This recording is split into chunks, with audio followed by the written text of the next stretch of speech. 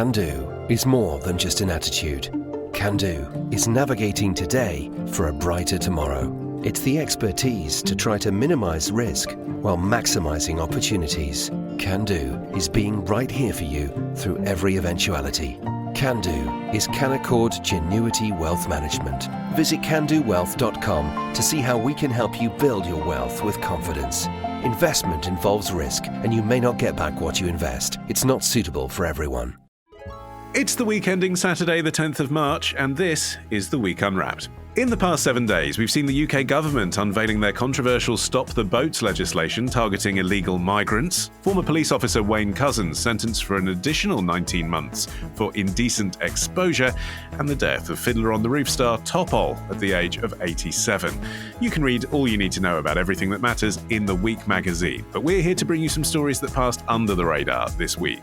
Big news, not making headlines right now, but with repercussions for all our lives. I'm Olly Mann, and let's unwrap the week.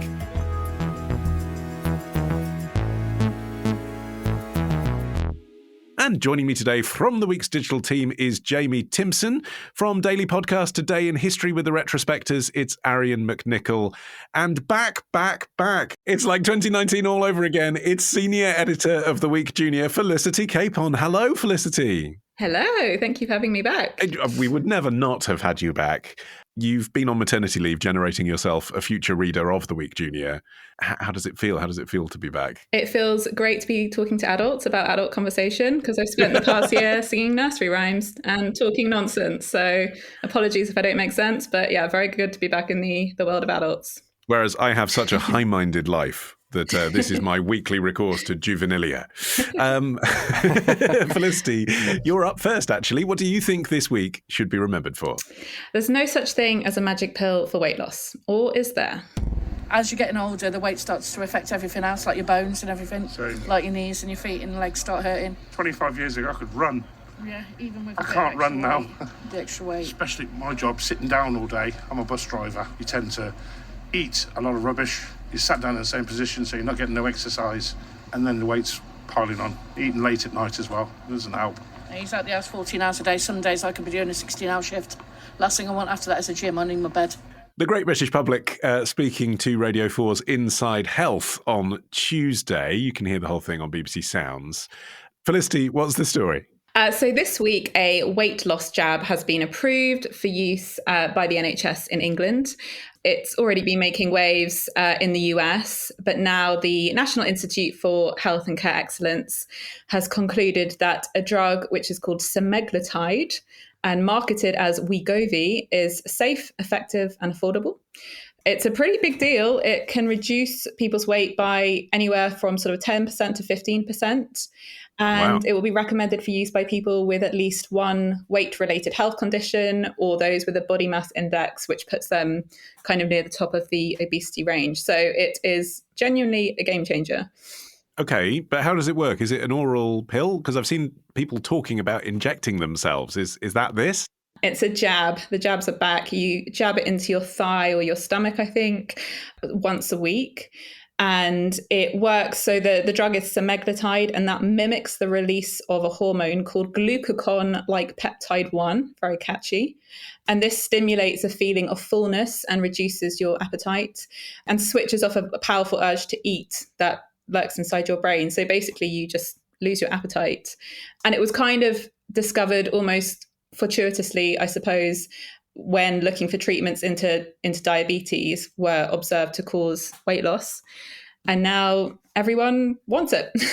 Yeah. And so I suppose the debate, Jamie, is whether everyone should have it. I mean, you know, there's not much discussion about whether the NHS should be funding treatment for people with diabetes, you know, if you get to that kind of critical level. But if you're just obese, is it something that the NHS should be providing for you? Well, I mean, personally, I think yes, but also in terms of from a health official's perspective, we've seen this week Steve Barclay, who's a health secretary, looking at ways in which they can introduce measures to tackle obesity purely from a perspective of how much money is going out for benefit claimants. The theory with this is that by turning the tide on obesity, they're going to get people back to work, because lots of people in the UK are economically inactive. We've seen lots of headlines around that recently. And by solving or changing the obesity epidemic, we can save money as a government from the money that goes out to the economically inactive. I mean, I do wonder a little bit how much, given the culture wars that we're in currently, how much there will be a sense of, is this what we should be spending money on? You know, obesity isn't an illness, it's a choice, like all of that stuff that you see peppered all over Channel 5 and other media broadcasters. Yeah, I do wonder how much we have of that to come. I mean, that sort of, I guess, fat-shaming argument, Arion, feels like something you would have heard 10 years ago. This potentially could be used by so many people. You know, I've seen estimates of like half the population potentially might want to take this, that I don't know if it still has currency. I mean, most people either are or know someone who is technically overweight. Yeah, I mean, that's it, isn't it? You know, diet and exercise really has been the weight loss medical mantra for decades. And on the whole, it just hasn't worked. As you say, like over a quarter of adults in England are obese and around a third are overweight, according to official figures. And more than half the planet is projected to be overweight or obese by 2035. And, you know, these have real world health knock-on effects. You know, it drives up cases of type 2 diabetes, heart disease, and some cancers. So it is an issue that's worth getting some sort of control over. But at the same time, the question is for a lot of people whether yet more pharmaceutical intervention is the best way that we should go with this. For many people, particularly some of the aspects of this medication in particular, including the fact that it's not recommended to be taken for more than 2 years, and at the point at which you stop taking it, it seems as though, according to the evidence we have so far, people start putting on weight again. So is it just a short-term fix, or is this genuinely the solution that we need?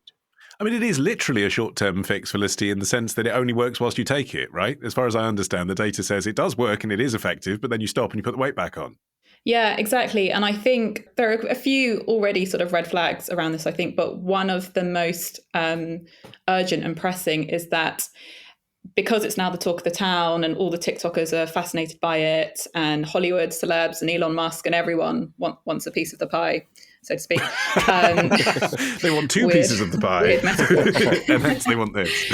There are massive global shortages because, you know, people who don't need it, or who just want to get really skinny, now desperately want this too, because obviously for women, especially young, impressionable women, we still haven't gotten over the idea that being super, super skinny is, you know, power and success and all the rest of it. So there's global shortages and demand just can't keep up. And that feels like a real problem if you've, you know, got, say, a 6-month supply or something, but then there's absolutely no guarantee that you can keep on getting it. That seems like a very obvious, urgent problem to deal with at the moment. But then, yeah, like you say, I mean, you kind of need to be on it pretty much permanently, I would have thought, because if you come off, then you're just going to be back to where you are. Well, also, if I lost 15% of my body weight, I'd still be fat. Do you know what I mean? Like, I'd be a bit fatter than I'd like, rather than how I feel now, which is a bit too fat. But it's still, you know, it's a suppressant. It is something you need to keep taking. But potentially, you wouldn't be such a drain on the state's resources if you were 15% less fat, Ollie. I'm just saying potentially. Because I'm going to go on to get knee problems and back problems and stuff like that. Yeah, but I do think that you know, what Felicity's saying about the real kind of philosophical question about the drug is important, and whether this kind of quick fix to all of this, or the idea that there's a quick fix to obesity and the global obesity crisis is quite worrying, because we've seen the kind of inequality that comes with the vaccine for COVID, that potentially there will be almost certainly an inequality in terms of this drug. And we end up in a situation where only the rich can pay to have this drug, and the poor don't get it. And actually, on that point, it's actually poorer countries globally who are struggling the most with their obesity levels. It's not actually it is a rich Western problem. It's a global problem, but it's countries like Egypt and Saudi Arabia and Mexico who probably need this the most. But I also think the COVID point is really interesting, because the post-COVID landscape really does play into this, in the sense that being obese drastically affected your chances of how you dealt with COVID. So that's an argument that, we really need to get on top of the obesity crisis, because that was such a problem in the whole COVID pandemic nightmare. But also, I think personally that the landscape post-COVID in terms of how we view Big Pharma has really changed. I think people sort of see Big Pharma now as a benevolent force because of the vaccines and what they did for COVID. And I just slightly wonder whether, whenever anyone is making huge profits, I'm always a little bit skeptical. And the profits for Big Pharma on this are huge. Who, by the way, is making the big profits? Well, at the moment, it is a company called Novo Nordisk. So that's the firm who have come up with this, and they are now worth $326 billion. They're the second most valuable listed drug maker in the world. But hot on their heels are AstraZeneca and Pfizer. Remember them? Amgen. They're all working on rival drugs because obviously I'm going to say they want a piece of the pie again. I've got to stop saying piece of the goddamn pie. But there is real money here, and I just think if you go back before COVID and think about like the opioids crisis or thalidomide, you do have to watch Big Pharma. We already know there are side effects to these drugs, nausea, vomiting, all that sort of thing. We don't know what side effects would appear in 10 years' time. This is very new medicine. So my little skeptical antennae are slightly twitching. Well, that's it, isn't it? From a capitalist point of view, it is a bit dystopian, this, isn't it, Arion? It kind of reminds me of like WALL-E, the Pixar movie with people that are so fat that they're walking around on hover wheelchairs in space, where you've got kind of a problem of people eating too much processed food and too much junk food, and that being cheaper than food that's nutritious and good for you, and not exercising enough because they're chained to technology. And then the solution is injecting themselves into their own bodies once a week from a pharma product, when the solution is, I mean, you said it was the mantra, but we all know the solution is eat less, exercise more. Yeah, there was this really interesting article in The Independent by Cara Medlicott, and she said, and I quote, "Effortless thinness is the siren call for many people, especially women.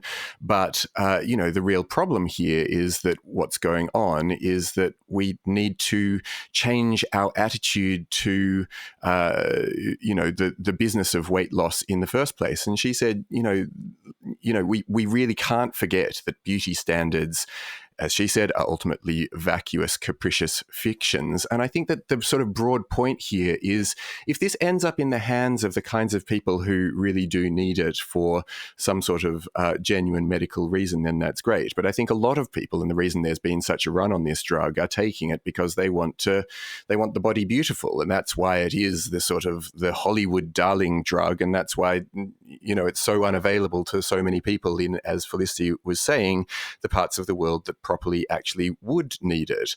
But also, still philosophically, again, that broad question of whether even inspiring people with this idea that you just take, a shot a week and you'll get skinny, is that also going to give people, reinforce these negative body connotations that people have about themselves in the first place? And I think that that's a big question that still needs to be tackled. But for the morbidly obese and people with diabetes, it is worth underlining this, isn't it? This, as an alternative to a gastric band, for example, is revolutionary, isn't it? It's a lot less intrusive than that, and it's cheaper. Yeah, that's completely true. When you look at the obesity statistics, something has to be done. And I've seen lots of comments on pieces being like, this is going to change my life, and it's going to mean I can do all sorts of things I couldn't do before. And also, I think a very good point to make is the fact that evolutionarily speaking, our biology is wired for us to keep the weight on because, at one point we would have had to deal with famines and very cold winters and all sorts of things. So the idea of taking away the kind of moral stigma that if you're fat, you're a bad person and you're lazy and all this, I think this could really change a lot of people's lives. I am lazy, but that's coincidental. Okay, Jamie, you're up next after this. Can do is more than just an attitude. Can do is navigating today for a brighter tomorrow. It's the expertise to try to minimize risk while maximizing opportunities. Can do is being right here for you through every eventuality. Can do is Canaccord Genuity Wealth Management. Visit candowealth.com to see how we can help you build your wealth with confidence. Investment involves risk, and you may not get back what you invest. It's not suitable for everyone.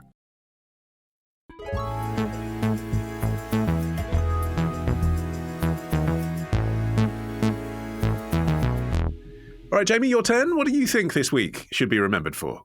Was this the week America switched off Fox News for good? Where do you get your news from? Not Fox. Not the biggest fan. Where do you get your news? CNN. Never Fox News? I'm not really a big fan of Fox News. I just don't feel like, I guess, they're speaking to me and But here I am with my Fox News group. speaking to you Well, yeah, right now. well, you're speaking to me literally, but as far as their messages, I don't think they're speaking to me and my peers. A Fox News reporter, Tommy Lahren, asking the people of California whether they watch Fox News back in January. Jamie, what's happened this week? I really enjoyed the use of the American literally there. I thought that was well, yes, you're literally speaking to me, I guess. It's that thing of being so polite, isn't it? Like with a big smile, being like, yeah, we're interacting, but I hate everything you stand for, which you just don't quite get here. Anyway, carry on, yes. So, I mean, this week there's been text messages released from a defamation lawsuit brought by election tech company called Dominion against Fox News, challenging Fox News to say that they were lying on air about the 2020 presidential race. Just as a bit of a recap, Fox News and Donald Trump, I guess, seemed to be working side by side a little bit to suggest that the election had been rigged. And the Dominion, the election tech company, certainly they produce the kind of things that Americans vote with, basically say that it's a defamation. You know, they're claiming that the company has rigged the voting. And the scale of the defamation lawsuit, we should say, is also distinctly American, I feel. I mean, I think if this happened in this country, even with such a serious matter as election fraud being alleged, what's the number? $1.6 billion they're looking to get out. $1.6 billion. So they really are saying that Fox News played a part in completely destroying their revenue forever by saying that the election was rigged, which was the Republican line, Jamie. I mean, Fox News will say, we were only just parroting back to our audience what the Republicans were telling us. Yeah, exactly. And kind of the conceit of Fox News has always been that the opinion hosts that they bring on are conservatives, but the news side produces kind of real neutral journalism. That's the way that they've kind of got around everything in terms of being a platform for a certain political persuasion. I think what's interesting, particularly this week, that we've seen are text messages from Rupert Murdoch. He was also involved in a deposition, so him giving evidence, basically showing that the kind of top brass at Fox News were aware of perhaps the kind of lack of evidence behind Donald Trump's claims about rigged elections, while also then on air pushing a completely different agenda. And I think it's a really interesting insight into what was going on at Fox News at the time. But there is also a kind of longer lasting point, which is that ultimately, if it turns out that Fox News, you know, not only were they lying to their viewers, but they were doing it deliberately, there's a chance that people will turn away from Fox News. Trump already has, for example. Trump has been out on his Truth Social, his social media platform, basically calling Rupert Murdoch a liar and that people should no longer vote for or no longer watch it. And obviously, he has a massive base still, and that's a big worry, I think, for Fox News. A lot of the sources inside Fox News seem to think that this they could not only lose the legal case, but they could end up losing a lot of viewers over it as well. Yeah, I mean, the suggestion of Dominion's case, Arion, is that Fox News were always trying to woo that base, even when they knew it was factually inaccurate. At the time that they were in cahoots with Trump, it was important to tell Trump supporters that the election was rigged, even when they knew it wasn't. Yeah, that's it. And it goes one step further, which is that Fox News seemed to be implying that Dominion voting systems vote tabulators were somehow involved in that rigging of the election. And they even hinted at a link with corruption in Venezuela. So there's all sorts of ways in which, at least for Dominion, there's the potential for defamation. Look, at the very least, like the stuff that we've seen this week is going to be incredibly embarrassing for Fox. All of this outing of the real feelings of Rupert Murdoch and senior hosts like Tucker Carlson saying the stuff that they actually thought about Donald Trump, including describing him and Rudy Giuliani, who was acting as his lawyer during this period, as both increasingly mad. Tucker Carlson texted someone saying, "We are very, very close to being able to ignore Trump most nights, and I truly can't wait." He added, "I hate him passionately." So all of this is hugely embarrassing for people who expect to tune in to Tucker Carlson and get this very pro-Trump kind of agenda. But, you know, the real question for Dominion, at least, is whether they can win a defamation case. And that's quite complicated because the defamation standard in cases involving the media is called actual malice. So you have to prove that not only was false information provided, but it was aired with, and I quote, "with knowledge that it was false or with reckless disregard of whether it was false or not." And so that's what Dominion is really trying to prove with these text messages, that people right up at the top of the company and all the way down through it all knew that the stuff that they were saying was not factually accurate, but it's still this very, very high standard of proof. So it could still go either way. The factual inaccuracy is one thing, Felicity. Obviously, it's hard as a journalist to say, yes, you should know that something's factually inaccurate and still broadcast it. But on the point of interviewing pundits, you know, having people on your show that have an extreme point of view in order to generate ratings, in order to generate advertising, in order to pay your bills, that is the commercial media setup in the United States. That is the job. And does it matter whether the hosts disagree with them personally? I mean, isn't that just like a DJ playing the hits, you know, on a middle-of-the-road radio station, and they might go home and listen to hard rock? It doesn't matter. I mean, I certainly think that this should... I mean, I think Fox will come off very, very badly. I think they could lose. And I think, as Arion's saying, this is very embarrassing for them and will damage their reputation. I don't think it would mean they would go under, because even the money at stake, it isn't enough to dent Murdoch's empire. But I do think it should serve more as a slap on the wrist rather than a sort of rush to shut people down, even if we think what they're talking about is so outrageous, is so outlandish, is so untrue. I mean, it's operating in a pretty poor media landscape when it comes to actual truth and hard facts anyway. I sort of feel like people know what to expect a bit with Fox News, that this isn't entirely unsurprising. I think Fox News fans will carry on listening, and it probably won't really make that much of a difference because people are just so entrenched in their own opinions. And it's almost like what newspaper you read or who you listen to is now part of your identity politics, and you will defend that quite strenuously, regardless of what misdeeds they've been proven to do. So it certainly seems on the surface pretty egregious on what Dominion is saying and what accusing Fox News of. But I think I wouldn't want to see the end of Fox News entirely, even though I don't agree with them, because I just think that's the landscape we're living in. It's all pretty wild out there. It is the wild, wild west. Well, indeed. Let's just outline that, Jamie, for listeners in Britain and in the rest of Europe who maybe don't know what the environment actually is in America for MAGA supporting Republicans, because there are alternatives to Fox News. Fox News is, by contrast to Newsmax and One America News, quite objective. Yeah, and certainly the people that they get on are perhaps a little bit more palatable from our perspective to people like Alex Jones or some of the kind of even further right political pundits in America that do now have their own platforms. I think what's interesting is that actually there's been a big shift away from cable news and the 24-hour news channel over the last few years.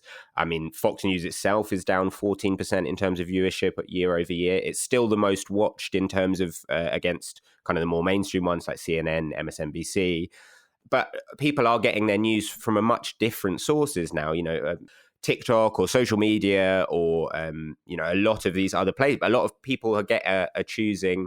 I saw an interesting thing about how To use a UK example, GB News has started to talk about views rather than ratings. So it's all about what they can clip up and put on social and how many people have seen that rather than actually who's watching the channel, the 24-hour news channel. And it's important, I think, when we look at, the media landscape and to discuss, because even as I say, on the one hand, not so many people are watching these programs, the influence that they have is still staggering. The people that they choose to get on, the way that they frame the discussions does make a massive difference to the political discourse. I know a kind of bit more from a UK perspective, having worked in government. When GB News started, we immediately had to add it to the morning media round, despite the fact there was maybe 10,000 people max that were watching those TV channels. But that was added. It was a number 10 directive that we needed to add GB News to the morning media round for all of the ministers. Well, because their viewers might be people that might vote for them. Yeah. But also because they are, there's a link in terms of, Robbie Gibb, for example, who was Director of Communications at Number 10 under Theresa May, he co-founded GB News. So it's so much link between the people in politics and the people in the media. Obviously, everyone knows that. It is a different environment, though, in the UK, isn't it, Arion, because of our regulations? Fox News isn't on here in the UK anymore. Sky stopped carrying it, and at the time they kind of fudged the reasons for that. But it seemed fairly obvious that one of the reasons is they don't want to get slapped on the wrist for broadcasting things on there that were just provably untrue. In this country, if you're calling yourself news, and that includes GB News, you do need journalists reporting news. You do. And, it should be noted that obviously this court case is ongoing and really essentially and centrally they're trying to assess whether Fox was knowingly broadcasting things that were untrue. And I think, Fox's own defense of its output is that it was broadcasting opinions and positions and even intimations that for all it knew could have been true and were newsworthy in their own right and so were therefore worth reporting on. It's worth taking them, at least at this point, to an extent at their word that they are, they're a broadcaster that intends to communicate information to people. But at the same time, you're right. The media landscape in different countries is obviously very different. And I think that the sorts of things that Fox gets away with in the States wouldn't necessarily fly over here. I think also it's worth just adding to that it seems, from my understanding, that this row kind of erupted when Fox, I think they were the first media organization to accurately predict on election night that Biden had won. They declared Arizona, which I don't know an awful lot about Fox News, but that does suggest some astute political journalism that they called it, and they called it right, and it meant that Trump couldn't win. But then they were faced with this problem that had enraged. Their audience didn't want to be told the news after all. Exactly. And that's why I slightly feel that this story is actually more about the split in the Republican Party and how Fox is dealing with that, and that the Trump is running again in 2024. He has an extraordinarily powerful and loyal base still, which I think some people want to pretend doesn't exist, but it does. It could be that he does very well because if lots of other Republicans enter the race, they could split the race. So he's still a really, really big deal. He's very, very powerful. And I feel like the Republicans are kind of split and news networks like Fox are split on how do we balance the kind of the Trump supporters and also the people who really, really do believe this myth that the election was rigged. That is a really, really big deal. It was a really big part of the midterms. And that is ongoing. That is still really, really potent. And what next for Rupert Murdoch, Arion, your countryman? It's extraordinary, isn't it? Like, his instinct obviously has been to be disruptive, libertarian, conservative. But you get the sense that Fox News has almost run away from him. Like, he doesn't know what it is anymore and quite how to rein it back. Yeah, you do. And look, I saw a play that was all about the rise of Rupert Murdoch called Ink a couple of years back, and it sort of portrayed him semi-sensitively as an old-fashioned newshound first and foremost, And then as his life progressed, he became increasingly interested in making money. And if you look at Fox News as the ultimate expression of that, that does seem to really tie very centrally into the core question of what this court is considering, which is whether, basically, Fox did something which was journalistically less than ideal or even illegal, so as to do a thing which was to continue to make money. And it looks bad. It looks bad for Rupert Murdoch's career, and it's hard to know quite where he will go next or quite what he wants, even apart from for his companies to continue to make money hand over fist, because it feels as though his own political agenda has long since become either muddied or he's completely given it up just so as to be the sort of person who's going to be able to hand over an enormous empire to his children. Yeah, well, it's kind of embarrassing, I guess, isn't it, Jamie? I mean, you don't get much more disruptive than allegedly causing the insurrection. So that's the thing, isn't it? If that was the end result, that's sort of embarrassing for him. That's not what he wanted. He wanted to stir things up a bit and have a bit of Tea Party politics in the Republican Party, and it just went really far. I mean, your question at the beginning is what happens now to Fox News? Is it the end of Fox News for America? Is it? I think not. I don't think there's a way in which Fox News doesn't continue to come out of this. I think, to Felicity's point about what they do next, they have, Donald Trump isn't on their stations at the moment. They put a lot of money and backing into one of his biggest political opponents on the Republican side, Ron DeSantis. He does get a lot of airtime. I think probably that will change come 2024 if Trump is the Republican candidate, because Rupert Murdoch, and actually there's a really fascinating article on theweek.com, so nothing actually to do with me, so it's but still worth reading about this. And our American, yeah, exactly, on our American sister site, and it does reference the fact that it was put to him in this case to Rupert Murdoch that actually it was less about red and blue and more about green being money, obviously. And I think probably for Murdoch and Fox News, that is the case. They'll follow where the money is. And if Trump has the backing and Trump has the power, I wouldn't be surprised to see them continue to back him eventually. Okay, Arion, you're up next after this.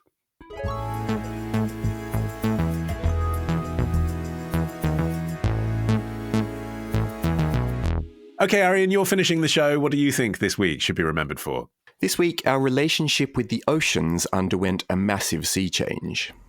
This is a major victory today, and we're all celebrating. This now gives the world the pathway towards protecting 30% of the high seas, which is critically important for protecting the incredible biodiversity that resides in the world's oceans. And this has been at least 15 years in the making. There's been many false starts. There's been so much effort put in from around the world. So we're not 100% there yet. There's still more work to be done, but this is a historic day. Jessica Panegyris, head of clean energy transition at Greenpeace, speaking to BBC News on Sunday. So you've only just got this into the week's news, Arion.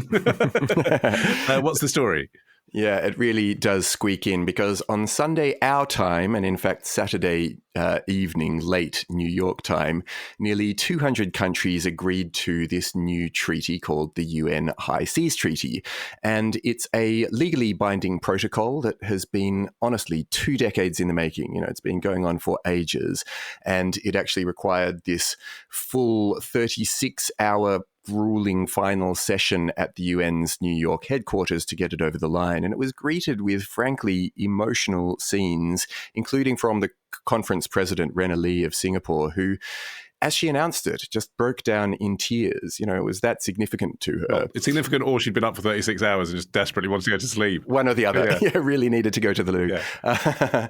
But the signing of the deal, it really does represent a huge achievement, particularly for international diplomacy, because prior to this treaty, only about 1% of the high seas, which are the areas outside of any country's territorial waters, were protected in any way at all. And the headline part part of this agreement is the placement of 30% of the world's international waters into what's called marine protected areas by 2030. And environmental groups say that this will, do a whole range of things, but basically reverse biodiversity losses and also just help to make a much more sustainable future. Really just underlines how little control mankind actually has over the Earth, Felicity, I feel. There were no rules about it. How did that situation continue for so long? I mean, I think it's just taken so long to come up with any sort of agreement like this, which is why it's kind of mad that it's an under the radar story, really, because it is so big, but it's proven so. I mean, this isn't the first time that an agreement like this has been attempted, but it's always sort of fallen apart. But in the meantime, it's meant that I think nations control something like 200 nautical miles around their borders in the water, but then beyond that, it's just the wild, wild west type thing, which is fascinating because that's a lot of water. And, people talk about, we know less about our oceans than we do about like the moon, for example. Like there's a lot to be discovered. There's a lot out there. There's a lot of species, all the rest of it. The last great multilateral agreement to do with this, that was just a note of caution, that was the United Nations Convention on the Law of the Sea, and that was reached in 1982, and it set up a body to manage the international seabed. It took a long time. I think it took 28 years for it to get sort of going, and it still hadn't established a mining code or a sharing mechanism and was chronically underfunded. So just a note of caution that this has been tried before and didn't get very far. And this agreement, sorry, I'm being very doom and gloom, it hasn't been ratified yet.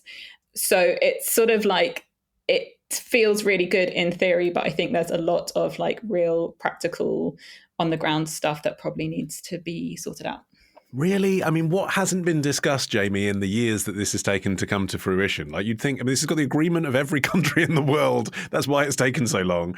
Like, in the ratification process, is someone going to really stick their hands up and say, oh, hold on, sorry, no, I wanted to mind that bit? I think, yeah, I mean, you'd hope that there would be some, drive towards not putting your hand up and saying, oh, I want to mind that. The problem comes that, if when you look at the eventual agreement, the ratification process, it takes like several years. Basically it's saying that if you want to propose the protection of an area and suggest things like limits on fishing or shipping or whatever, other interested parties also get a vote. So scientists, businesses in the area would review the proposals, and then countries would vote on it. You're looking at probably quite a lot of opportunities for someone to get a little backhander, not to say that everything's about money, but to get a little backhander and block it so that they could do a bit more shipping or a bit more fishing. Call me cynical, but I think that, yes, this is an amazing achievement and it is a step in the right direction. And there's loads of things in the treaty that are really important. Like there was a protections about human rights around indigenous peoples that I think is amazing. To get kind of universal agreement on indigenous peoples and their rights is so difficult, but it is included in the treaty. So there is a lot that they've been done. But I do worry, that at some point in the future, we're just going to be going back saying, why hasn't this happened? What it's another one to turn around and say, God, we had all of this goodwill, but in the end, the world's still burning. Just to play devil's advocate as well, Arion, I mean, generally speaking, we all obviously think that it's a good idea to protect the animals and the marine life and all the rest of it. And it's easy to, as I did, sort of bring up the billionaire who just wants to mine the sea as a bogeyman. But what about, like, the fishermen who go out there and fish? I mean, it might not be good for the fish, but is this going to cause a lot of unemployment now? Do you know, the funny thing is that there was a lot of speculation, at least by the media, about why this has taken so immensely long to get even to this point. And you would expect the stumbling block to be the individual interests of different fishermen from different parts of the world. But actually, it really wasn't that. The main thing that was a real problem between all of the countries who were involved in the discussions that they really struggled to work out was how to share the benefits from the genetic material still to be found kind of crawling or swimming around the very bottom of the high seas. And basically, it is a big pharma story again, because because all of that data and samples and the research advances that will come from the discovery of all of these new creatures is expected to be able to contribute to loads of new drugs, including things like, cancer research. There's a lot of speculation that the cure for cancer is at the bottom of the seas. And so countries all wanted a piece of this, and that was the real sticking block, rather than it being a big sort of fishing story of individual fishers. So hold on, what was the solution on that then? So who gets to investigate the fish, and then who gets the pharmaceutical right? The solution was that the whole world shares equally. That unsurprising.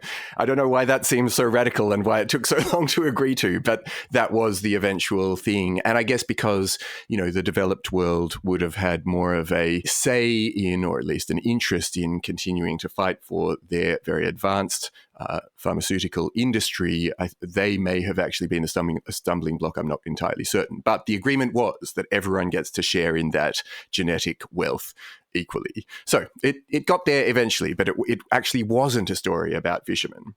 Does it give you some renewed faith in United Nations, though, Jamie? 193 nations after a certain amount of time did manage to agree on something important.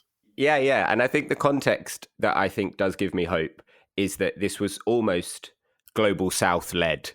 And we're in a situation now, and more and more I've seen in the news, a kind of shifting in the global order towards the Global South, and how they can lead discussions on a wider scale. India has the G20 this year, and a lot of that is going to be focused on what they can do for the Global South.